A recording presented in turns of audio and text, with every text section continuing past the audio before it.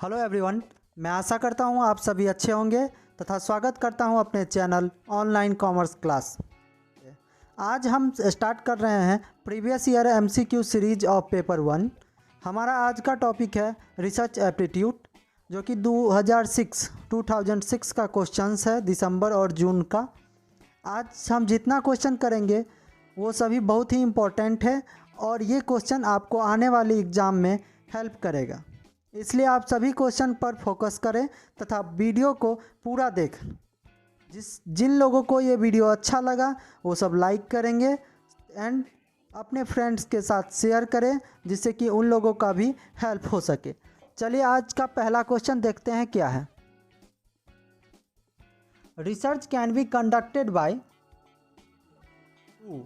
Research problem जो है वो किसके द्वारा कंडक्ट किया जाता है। स्टडीज रिसर्च मैथोलॉजी, जो रिसर्च मैथोलॉजी का स्टडी किया हो। Hold a post graduate degree, जिसके पास पोस्ट ग्रेजुएट का डिग्री हो। Possesses thinking and reasoning abilities, जिसके पास रीजनिंग और थिंकिंग एबिलिटी हो। इज अ हार्ड वर्कर, और वह एक मेहनती हो। तो यहाँ मेहनती कोई भी हो सकता है। थिंकिंग पावर और रीजनिंग एबिलिटी किसी के पास हो सकती है। पोस्ट ग्रेजुएट डिग्री कोई भी होल्ड कर सकता है, लेकिन अगर इन तीनों एबिलिटी के होते हुए भी अगर उसे रिसर्च मैथोलॉजी का ज्ञान नहीं होगा, नॉलेज नहीं होगा, तो वो क्या कर रहे हैं, रिसर्च को कंडक्ट नहीं कर पाएगा। अतः हमारा जो आंसर होगा वो ऑप्शन नंबर ए होगा। चलिए दूसरा क्वेश्चन है, which of the following statement is correct. नीचे जो 4 स्टेटमेंट ऑप्शन में दिए हुए हैं उनमें से कौन सा स्टेटमेंट हमारा करेक्ट है। पहला है A number, objective of research are stated in first chapter of the thesis. Research का जो ऑब्जेक्टिव होगा वो कहाँ लिखा होगा, थीसिस के फर्स्ट चैप्टर में। Researcher must possess analytical ability, और रिसर्चर में एनालिटिकल एबिलिटी होना जरूरी है। वेरिएबिलिटी सोर्स ऑफ प्रॉब्लम, जो बदलाव होते रहते हैं वो क्या है, प्रॉब्लम का एक सोर्स है। All of the above, research का जो ऑब्जेक्टिव होता है वो थीसिस के फर्स्ट चैप्टर में स्टेटेड होता है। ये सारे ऑप्शन सही हैं, तो हमारा ऑल ऑफ दीज हो जाएगा हमारा आंसर। चलिए अगला क्वेश्चन है हमारा, which of the following is not a method of research. इनमें से कौन सा हमारा रिसर्च का मेथड नहीं है। चलिए सबसे नीचे से देखते हैं, डी फिलोसफिकल, ये मेथड है। सर्वे, ये भी मेथड है हमारा। उसके बाद हिस्टोरिकल भी हमारा जो है रिसर्च का एक मेथड है, हिस्टोरिकल। और सबसे पहला है ऑब्जर्वेशन जो है वो कोई मेथड नहीं है। ये तीनों नीचे वाले जो है हमारे वो क्या है, रिसर्च के मेथड्स ऑफ रिसर्च हैं, बट ये ऑब्जर्वेशन हमारा मेथड्स नहीं है। तो यहाँ पर हमारा आंसर क्या हो जाएगा, ए हमारा आंसर हो जाएगा observation. Research can be classified as, research को हम इस तरह से क्लासिफाइड कर सकते हैं, मतलब बांट सकते हैं। पहला है बेसिक रिसर्च भी होता है। अप्लाइड रिसर्च, बेसिक रिसर्च को ही हम प्योर रिसर्च भी कर सकते हैं। अप्लाइड रिसर्च, बेसिक रिसर्च में जो रिजल्ट आते हैं उसको अप्लाई जिस रिसर्च के द्वारा करते हैं वो क्या होता है, अप्लाइड रिसर्च। एक्शन रिसर्च, कोई भी क्विक प्रॉब्लम जो होता है उसको सुधार करने के लिए जो रिसर्च कंडक्ट किया जाता है वो एक्शन रिसर्च होता है। क्वांटिटेटिव एंड क्वालिटेटिव रिसर्च, ये दोनों एक रिसर्च का टाइप्स हैं। Philosophical, historical, survey and experimental, ये सारे के सारे जो हैं जितने भी दिख रहे हैं तीनों ऑप्शन में, ये सब क्या है, टाइप्स ऑफ रिसर्च है। तो हमारा आंसर जो हो जाएगा इस क्वेश्चन का, वो हमारा आंसर हो जाएगा ऑल ऑफ द एबव, मतलब कि सारे के सारे जो है हमारे रिसर्च के टाइप्स हैं। अगला हमारा क्वेश्चन है, the first step of research. Research करने के लिए जो हम पहला चरण होता है, उसका जो पहला कदम होता है वो क्या होता है। पहला ऑप्शन है सेलेक्टिंग अ प्रॉब्लम, जो प्रॉब्लम है उसको क्या करना, चुनना। सर्चिंग अ प्रॉब्लम, प्रॉब्लम की खोज करना। फाइंडिंग अ प्रॉब्लम, प्रॉब्लम खोजना। आइडेंटिफाइंग अ प्रॉब्लम की पहचान करना। तो हमारा रिसर्च का जो फर्स्ट स्टेप होता है वो क्या होता है? आइडेंटिफाइंग द प्रॉब्लम का आइडेंटिफाई करना जो हमारा होता है वो क्या होता है? फर्स्ट स्टेप होता है किसका? रिसर्च। हमारा अगला क्वेश्चन है, which of the following option are the main task of research in modern society.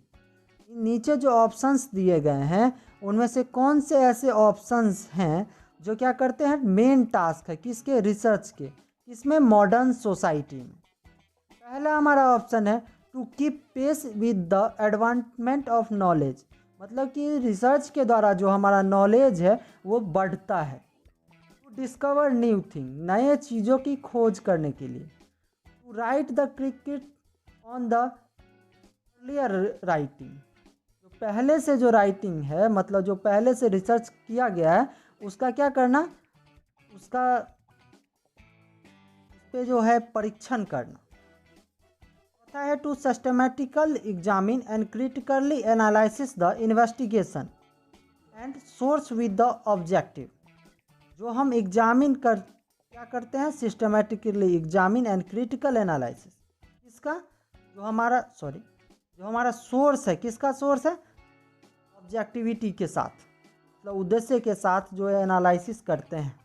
चलिए, पहला ऑप्शन है हमारा to keep with the advancement और नॉलेज, ये हो जाएगा। टू न्यू थिंग डिस्कवर होता है रिसर्च में, ये भी हो जाएगा। पिछला जो रिसर्च है उस पर क्या करते हैं? उसका परीक्षण नहीं करते हैं, ये हमारा ऑप्शन नहीं होगा। तो इसमें देखते हैं कौन सा है? तीसरा। नीचे से डी ऑप्शन में भी हमारा तीसरा दिख रहा है, सी में भी तीसरा है, बी में भी तीसरा है, तो ये तीसरा गलत है। तो हमारा ऑप्शन नंबर ए हो जाएगा हमारा ऑप्शन आंसर। हमारा आंसर क्या हो जाएगा? ऑप्शन नंबर ए, fourth point, second point, first point. चलिए अब 7 number question, match list first interviews. List first में जो आप देख रहे हैं वो सारे क्या है? टाइप्स ऑफ इंटरव्यूज हैं।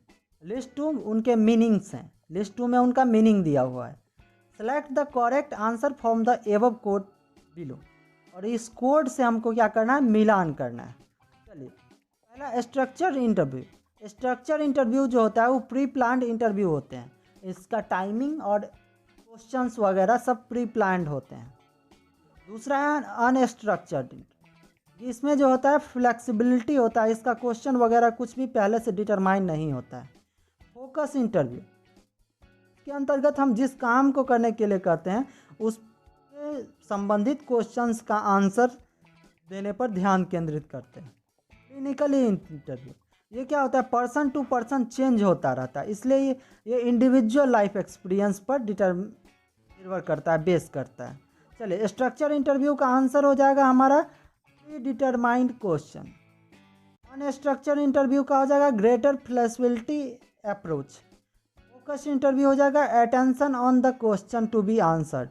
क्लिनिकल इंटरव्यू हो जाएगा तीसरा इंडिविजुअल लाइफ एक्सपीरियंस। तो अब हम देखेंगे इसमें आंसर, ए का चौथा, फोर्थ, पहला में है ए का फोर्थ, सारे के सारे यहाँ पे मिल रहे हैं, देख लीजिए। बी का पहला है, सी का दूसरा है और डी का तीसरा है। तो ये हमारा हो जाएगा answer number, option number A हो जाएगा इसका करेक्ट आंसर। चलिए, अगला है हमारा 8वां question, what do you consider as the main aim of interdisciplinary research. Interdisciplinary research का मेन ऑब्जेक्टिव क्या है? इसका एम क्या है? To bring out holistic approach to research, research में हॉलिस्टिक अप्रोच लाना। To reduce emphasis on single subject research domain, एक single subject पर जो रिसर्च डोमेन है उसको क्या करना? रिड्यूस करना। To oversimplify the problem of research, जो हमारा रिसर्च का जो प्रॉब्लम है उसको क्या करना? बहुत से ज़्यादा सिंप्लीफाई कर देना। डी है हमारा to create a research methodology in, यहाँ पर ह्यू ट्रेंड इन, सॉरी ये गलत हो गया है कहीं, methodology, to create research methodology. अब इसका आंसर क्या होगा हमारा? इसका आंसर हमारा हो जाएगा, क्योंकि यहाँ पर क्या कर रहा है? ये हॉलिस्टिक अप्रोच करता है। इंटरडिसिप्लिनरी रिसर्च क्या करता है?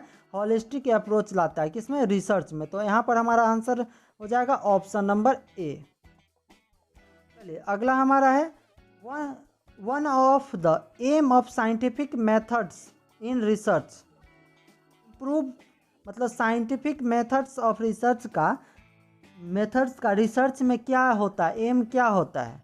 तो यहाँ पर पहला है ऑप्शन इम्प्रूव डाटा इंटरप्रिटेशन। ये क्या करता है, डाटा इंटरप्रिटेशन को इम्प्रूव करता है, मतलब विश्लेषण को। Eliminating spurious relation with effect and cause. यहाँ पर इफेक्ट और कॉज के बीच में जो है रिलेशनशिप को क्या करता है, एलिमिनेट करता है। कन्फर्म ट्रायंगुलेशन और इंट्रोड्यूस न्यू वेरिएबल से इंट्रोड्यूस कराता है। तो 9 का हमारा आंसर हो जाएगा बी। ये क्या करता है, एम क्या होता है साइंटिफिक मेथड का, कि जितना से जितना गलतियां हो उसको क्या कर सके, कम से कम कर सके। चलिए अगला हमारा क्वेश्चन है 10th नंबर क्वेश्चन, जिसमें क्या पूछ रहा है, द डेप्थ ऑफ रिसर्च का जो गहराई है, वो रिसर्च किस चीज़ पे, उसका डेप्थ कितना है, वो किससे जज किया जाता है। टाइटल ऑफ द रिसर्च का क्या टाइटल है, उसका शीर्षक क्या है।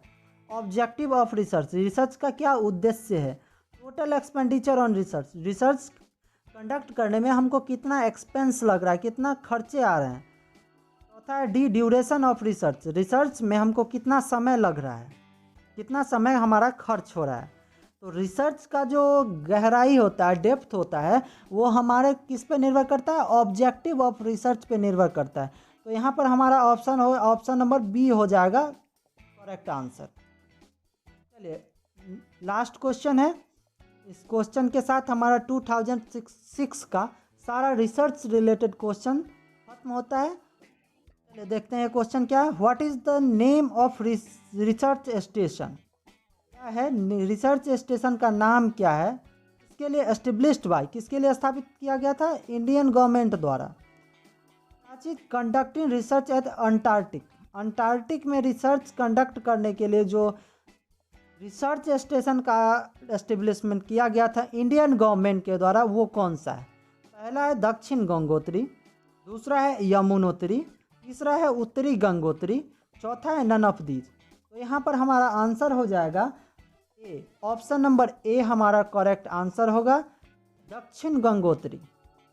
आई होप ये वीडियो आपको कॉन्सेप्ट क्लियर करने में मदद किया है, तथा अच्छा लगा हो तो लाइक करें और दोस्तों के साथ शेयर करें, जिससे कि उनका भी हेल्प हो जाए।